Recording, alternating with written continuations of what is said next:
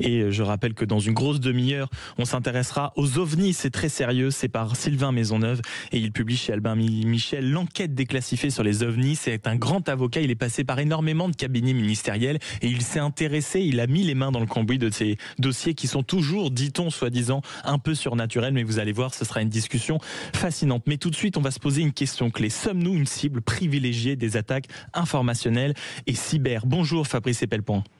Bonjour. Merci beaucoup d'être avec nous. C'est vrai que c'est une année absolument record pour les fuites de données. La CNIL s'en est même alarmée hier. L'État français, avant-hier, a ciblé publiquement Moscou et l'a accusé d'être responsable depuis 2017, d'être responsable d'un certain nombre d'attaques sur le sol français.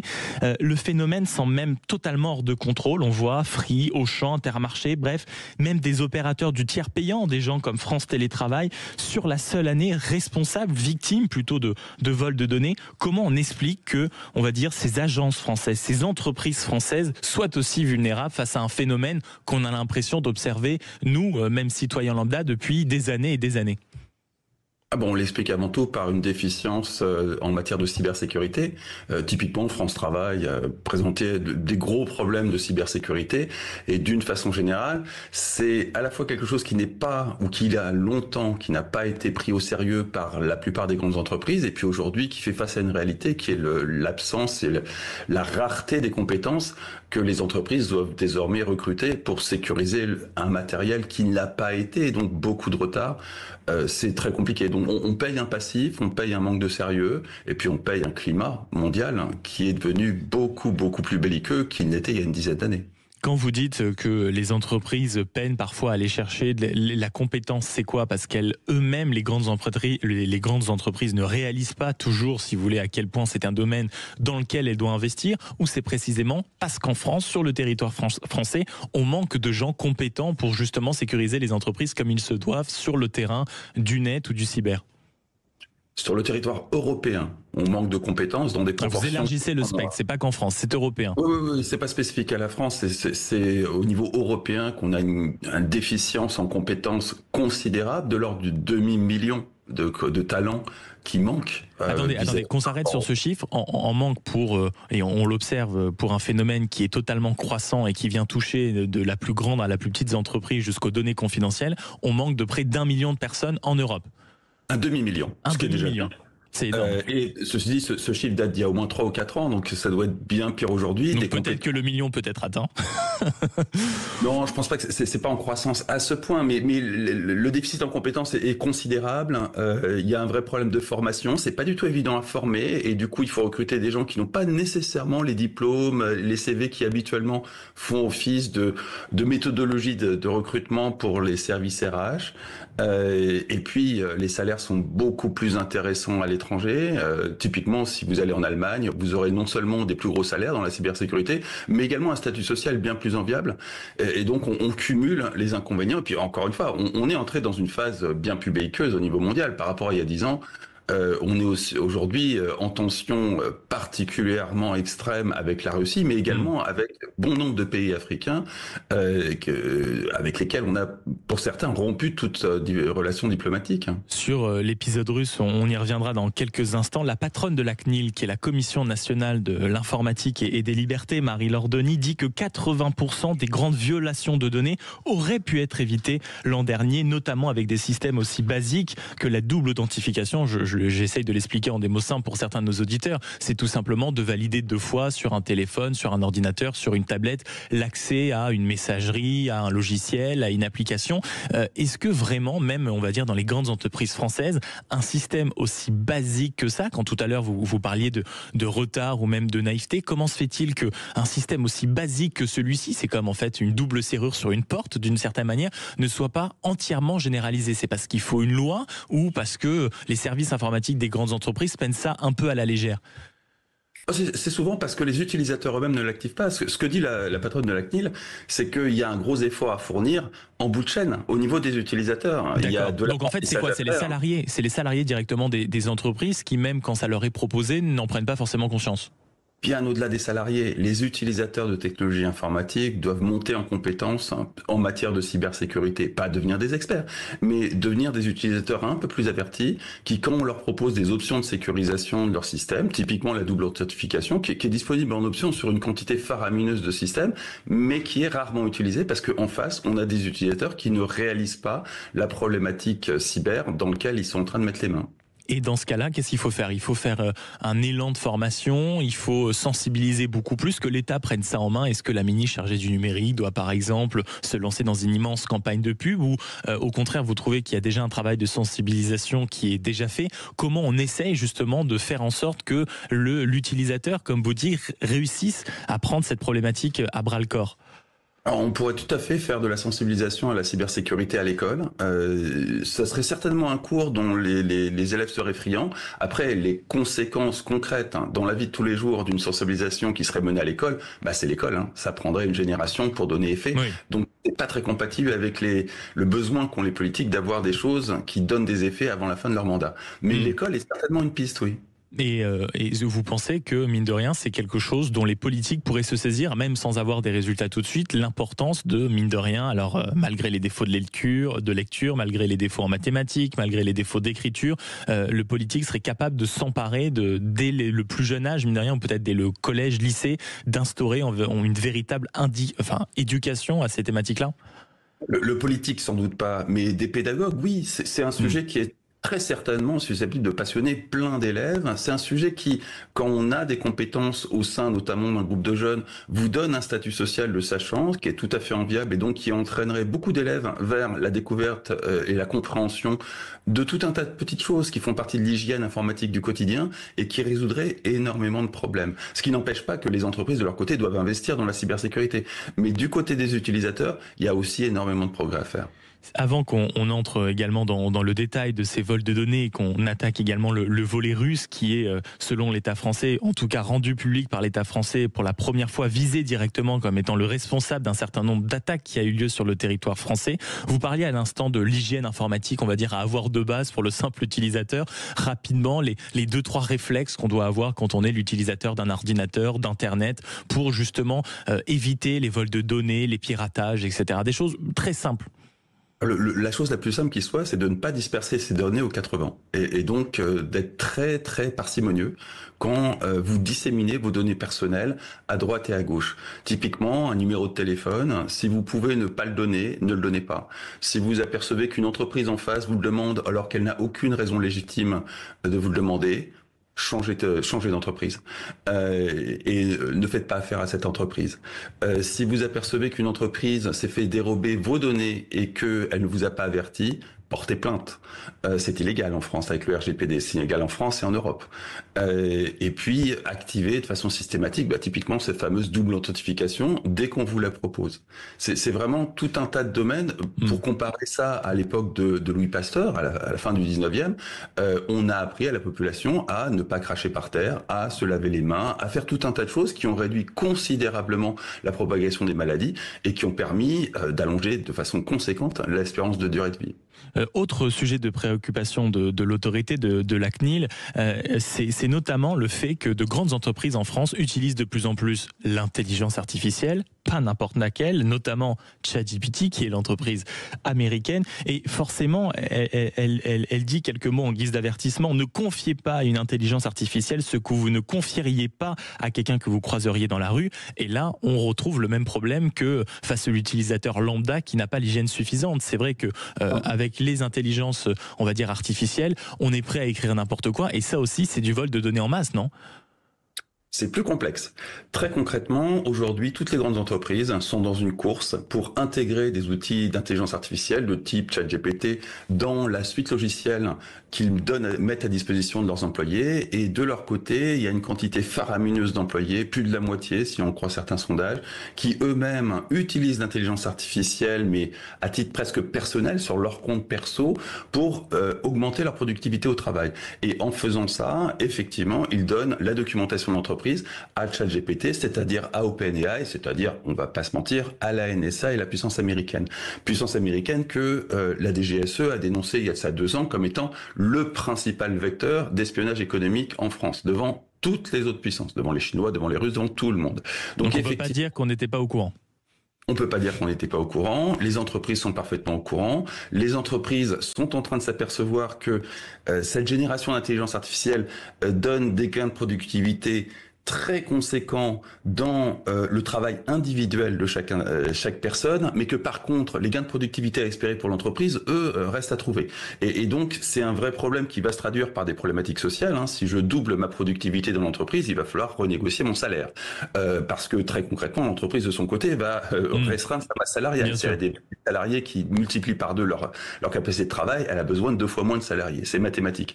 Tout ça, c'est des problématiques que les entreprises commencent à appréhender, qui vont poser d'énormes problèmes, aussi bien de négociation avec les salariés que de fuite de données critiques sur les grandes entreprises américaines qui pillent traditionnellement les entreprises françaises. Donc on est au-devant de très grosses problématiques que le politique ne peut pas aborder. On ne peut pas, de façon claire et nette, même après l'arrivée de Trump au pouvoir, que les entreprises américaines nous pillent. Mais c'est une réalité et ça s'est accéléré considérablement avec ChatGPT et l'utilisation totalement débridée de ces outils dans toutes les entreprises, enfin par toutes les cadres des entreprises. Avant qu'on se quitte pour une très très courte pause, une dernière question quand même. Est-ce que c'est ce genre justement d'informations qui devrait nous pousser peut-être à accélérer dans les intelligences artificielles françaises? On avait notamment parlé du chat qui était, on va dire, notre petite pépite française. Est-ce qu'on pourrait envisager aujourd'hui que cette intelligence artificielle soit obligatoire pour toutes les entreprises françaises, typiquement pour éviter cet espionnage? Ou alors, il faut être honnête, elle a fait beaucoup de bruit, mais elle n'est pas encore suffisamment au niveau d'un ChatGPT ou d'une intelligence artificielle chinoise ou états-unienne. Donc on se retrouve à faire avec ce qu'on a, c'est-à-dire des intelligences artificielles étrangères. C'est malheureusement plus vicieux que ça. Le premier actionnaire de Mistral qui publie le chat, c'est Microsoft. Donc en fait, on se retrouve totalement cadenassé par l'ennemi. Et oui. Et voilà, c'est le et oui le plus extraordinaire que j'ai jamais entendu de ma vie. Merci beaucoup Fabrice Epelpoint. Je vous retrouve dans quelques instants pour poursuivre cette discussion fascinante. Sommes-nous une cible ici en France des attaques informationnelles et cyber, notamment parce que le Quai d'Orsay il y a 2 jours a diffusé une vidéo en dénonçant, je cite, une guerre silencieuse dont l'intensité s'accroît et elle est menée par la Russie. C'est la première fois que la France cible directement le pays Vladimir Poutine dans ces attaques-là. On en reparle de quelques instants. Il est 12h42 et vous êtes bien sur Sud Radio. Sud Radio dans tous ses états. Maxime Liédo. 0826 300 300 et l'application Sud Radio. Nous sommes toujours avec Fabrice Epelpoint, enseignant à Sciences Po et cofondateur de Yogosha, spécialiste de ces questions justement de cyber et d'informatique, pour évoquer, d'abord c'est ce qu'on vient de faire pendant ces premières minutes, ces vols de données absolument massifs qui ont eu lieu. La CNIL est même montée au créneau. Ça concerne de grandes entreprises, de grandes institutions françaises comme France Travail, et on était en train de se quitter sur finalement la perversité que peut être même une entreprise française dont on parle beaucoup, qui est le fameux chat, qui est, on va dire, le ChatGPT français, où vous racontiez que c'est Microsoft en réalité le principal actionnaire. Donc, si on veut comprendre, c'est que même les données, à un moment, sont récupérées par Microsoft. Quand on voyait notamment le ministre des Armées, le ministre de l'Intérieur, le président de la République, en tête, se réjouir d'un tel projet, c'est en réalité beaucoup plus pervers que ça. Ça veut dire que derrière, il n'y a aucune souveraineté française dans ce projet? Aucune, peut-être pas, mais disons que l'actionnariat est essentiellement américain. Et puis on a tous entendu parler d'Edward Snowden, ça date de 2013. Il serait temps quand même qu'on en tire des leçons. Et à partir du moment où vous avez des Américains quelque part, vous avez la NSA et vos données vont vraisemblablement y atterrir. Il y a un enjeu qui est au-delà du géopolitique sur l'intelligence artificielle. C'est un enjeu presque civilisationnel. Donc on est sur quelque chose qui est un enjeu totalement critique pour chaque nation qui s'y implique. Évidemment, les Américains qui ont non seulement de l'avance technologique, mais une puissance financière qui est incomparable. La plus grosse boîte du Nasdaq vaut à elle seule bien plus que l'ensemble du CAC 40 réuni. On est des nains. Et il est clair que pour financer l'intelligence artificielle, où l'unité de mesure atteint facilement le milliard de dollars d'investissement, il n'y a aucune façon, aucun investisseur français n'est capable de faire ça. Aucun. Après le vol de données, la nouveauté cette semaine, et c'est quelque chose d'assez inédit, c'est le Quai d'Orsay qui a dénoncé de la part de la Russie dans les attaques informationnelles et cyber une guerre silencieuse dont l'intensité s'accroît. C'est vrai que les attaques russes qui sont dans le viseur de la France, c'est officiel pour la première fois qu'elles reconnaissent ainsi l'implication de la Russie dans la majorité des attaques informationnelles et cyber. Pourquoi jusque-là, contrairement notamment aux États-Unis qui avaient ciblé officiellement la Russie, nous, la France, avons attendu autant de temps pour lever ce tabou? Parce qu'on prend le relais de la Russie en termes géopolitiques, de la nation qui sera ouvertement hostile à la Russie. Les États-Unis semblent passer leur tour. Le relais, dans ce cas-là, on prend le relais des États-Unis, pas de la Russie. Des États-Unis, tout à fait. Et donc c'est aujourd'hui la Russie qui sont officiellement les grands méchants. Si on se reporte 10 ans en arrière, typiquement quand la chaîne TV5 a été attaquée, on avait dans un premier temps accusé l'État islamique, qui était le grand méchant de l'époque, avant discrètement d'admettre que oui, effectivement, c'était sans beaucoup de doute la Russie. Donc on est sur un phénomène de communication plus que de cybersécurité. Il y a très peu de chances que TV5, ça ne soit pas les Russes. C'est vraisemblablement les Russes en ce qui concerne l'attaque des Macron Leaks. Est-ce qu'une majorité des attaques informationnelles viennent de Russie? On va dire que la façon dont est organisée la détection fait qu'on détecte prioritairement que du russe. Donc forcément, comme on cherche du russe, on trouve du russe. Malheureusement, on passe à côté d'énormément d'autres nations qui se livrent elles aussi à des attaques informationnelles sur la France et sur lesquelles on jette un voile discret. Lesquelles, par exemple, parce que vous citiez l'exemple de TV5. La totalité des anciennes colonies françaises jouent à ce jeu. Nous-mêmes, nous jouons à ce jeu. On s'est fait attraper il y a 4 ou 5 ans par le rapport Graphica à intervenir dans l'espace informationnel d'une dizaine de pays africains sur Facebook.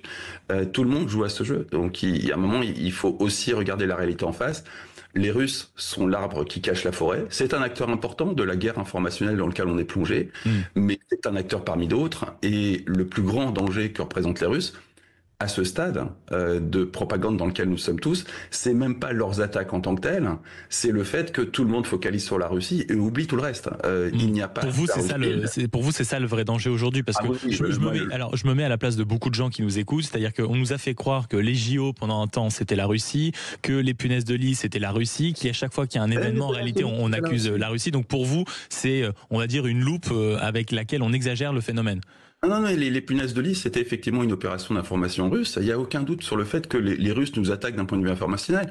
Le problème, c'est que à force de focaliser sur les Russes, on en oublie tout un tas d'autres nations qui nous attaquent tout autant et qui potentiellement peuvent être tout aussi dangereuses, voire beaucoup plus dangereuses, parce que disposons d'infiniment plus de relais sur le sol français. Les Russes, physiquement présents sur le sol français, on les compte. Ils en sont réduits à devoir acheter de la publicité. C'est pas nécessairement l'attaque la plus dangereuse, et surtout ça n'est pas la seule. Et le fait de se focaliser sur un seul grand méchant et d'imposer un narratif qui consiste à voir les gentils, les méchants, nous met un angle mort gigantesque sur tout un tas d'autres nations qui nous sont également hostiles. On l'a vu en Nouvelle-Calédonie, ça n'avait rien à voir avec les Russes. Et ce genre d'exemple déborde, et malheureusement se focaliser à l'excès sur les Russes, c'est passer à côté de beaucoup d'autres choses. Et encore une fois, je vous dis pas que les Russes ne sont pas hostiles, ils sont clairement hostiles, ils sont clairement derrière. Il faut juste faire attention à la façon dont on focalise, si vous voulez, notre vue sur ce phénomène, alors que tout autour il y en a, ça se trouve peut-être des plus importants ou des tout aussi importants, si vous voulez, qu'on néglige peut-être par principe parce que ce n'est pas russe. Quelles sont les actions, on va dire, hostiles dans lesquelles se sont spécialisés les Russes? On sait qu'il y a eu les vidéos trafiquées, notamment on sait qu'on a eu les attaques d'hôpitaux. C'est de ça aujourd'hui, on va dire, que la principale activité des Russes, ou c'est quoi d'autre? Non, il y a une confusion majeure. Les attaques d'hôpitaux, c'est du ransomware. Donc c'est des cybercriminels, dont certains sont en Russie, qui font du racket. Ça n'a rien à voir avec une attaque d'un service de renseignement. Ça contribue aussi à ce grand cafouillage et cette grande confusion. On additionne des choux-fleurs et des carottes pour obtenir le chiffre le plus grand possible, et on vous met. Alors attendez, ça c'est très très important pour ceux qui nous écoutent, pour que ceux qui nous écoutent comprennent bien. C'est-à-dire qu'il y a les attaques informationnelles, il y a les vols de données. Si vous deviez, on va dire, en faire quelques catégories, il y a les attaques informatiques. D'accord. Il y a Donc bien les attaques plus de informationnelles, catégories. c'est quoi? C'est ce qu'on a vu au moment des Jeux Olympiques. Non. Là, je distingue deux choses. D'une part, des attaques qui viennent de services de renseignement étrangers, et d'autre part, des attaques de cybercriminels. Les attaques des hôpitaux, c'est des cybercriminels, et c'est sans doute la pire engeance, qui font du racket. Ça n'a aucun rapport avec un service de renseignement. La seule nation qui confond ces deux activités, c'est la Corée du Nord. Les Russes ne font pas ça. Les Russes, d'un côté, ont une certaine bienveillance avec des cybercriminels qui sont sur leur territoire parce que ça leur permet d'avoir accès à une main-d'œuvre qui, comme on disait tout à l'heure, est extrêmement rare et difficile à trouver. Bien sûr. Mais ne se livrent pas à des attaques de ransomware sur des hôpitaux de nations étrangères. Ils ont autre chose à faire. Leurs services de sécurité sont des gens sérieux qui se livrent à de l'espionnage, du sabotage, des choses tout à fait normales pour un service de cybersécurité, de sécurité et de renseignement de n'importe quelle nation sur Terre.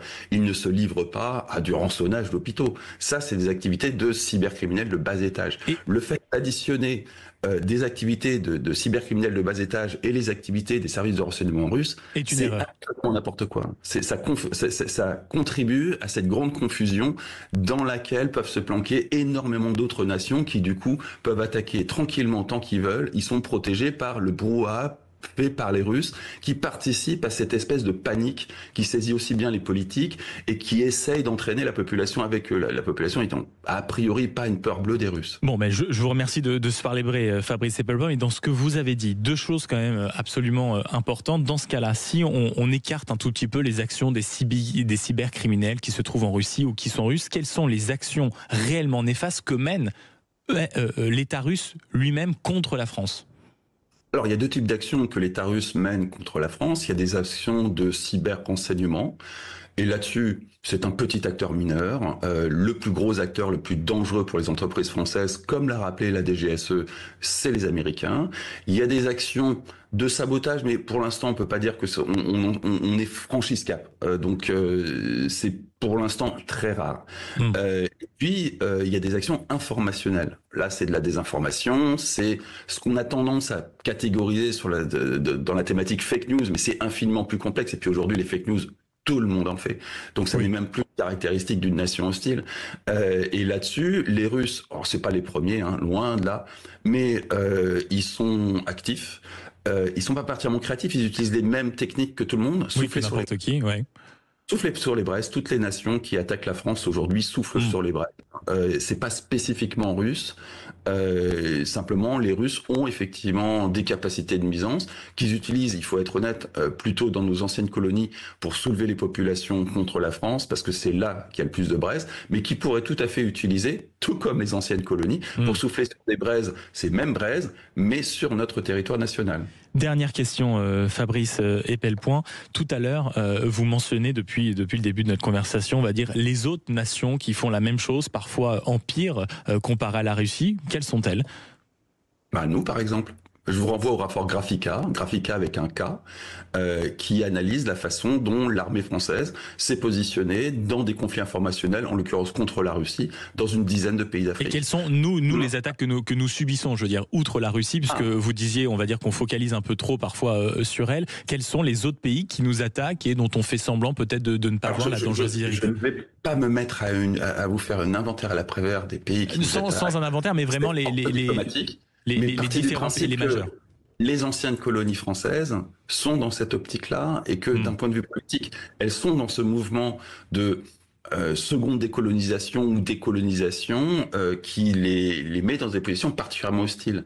Il faut bien vous mettre en tête que des attaques informationnelles, vous avez une quantité invraisemblable de prestataires de services partout sur la planète. Ça a été montré à travers des investigations comme Forbidden Story, il y a déjà 3 et vous avez dans la plupart des services de renseignement aujourd'hui des entités spécialisées sur ce genre de choses. Merci beaucoup Fabrice Eppelbaum, enseignant à Sciences Po, cofondateur de Yogosha. C'est toujours un plaisir de vous recevoir pour évoquer ces questions. Sommes-nous une cible privilégiée des attaques informationnelles et cyber ? C'était le début de cette conversation. Je crois qu'on a eu grâce à vous, on va dire, un état des lieux sévère et notamment cette donnée. On manque de près d'un demi-million de personnes sur le sol européen pour pouvoir être suffisamment productif et compétent pour contrer tout cela. Merci beaucoup d'avoir été avec nous.